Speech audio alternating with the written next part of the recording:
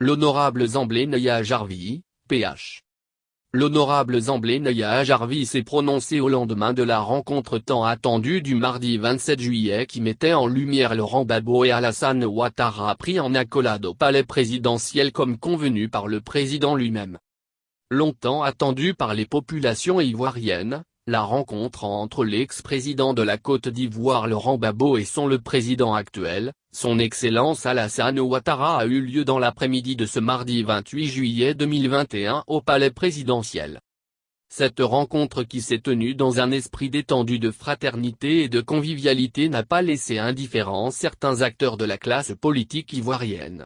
À l'instar de Bekongo, Big Togo, Won, Assoa Adou, présents à cette rencontre qui ont visiblement à travers les vidéos diffusées, laissé paraître sur leur visage des sentiments de joie, la plus jeune députée de Côte d'Ivoire, l'honorable Zemblé Naya Jarvi a aussi réagi suite à cette rencontre.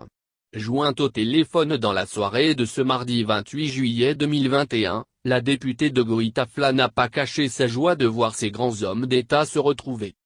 Après le père fondateur de la nation, Félix Houphouët-Boigny, le président Alassane Ouattara vient de montrer aux yeux du monde entier, combien de fois, il est un homme de paix, de cohésion et de réconciliation, nous a laissé entendre l'honorable Zemblé Naya Jarvi. Soutenant que le chef de l'État est une chance pour la Côte d'Ivoire, elle s'est rassurée que cette rencontre donnera un coup d'accélérateur à la paix et à la réconciliation en Côte d'Ivoire. Elle a salué le génie politique du président Alassane Ouattara qui en homme de paix et dans sa volonté de réunir et réconcilier tous les Ivoiriens n'a ménagé aucun effort à recevoir l'ex-président Laurent Gbagbo pour parler de la santé de la Côte d'Ivoire. L'acte que vient de poser ces grands hommes est un acte fort, et pour la Côte d'Ivoire et pour tous les Ivoiriens. Ils viennent de donner le bon exemple.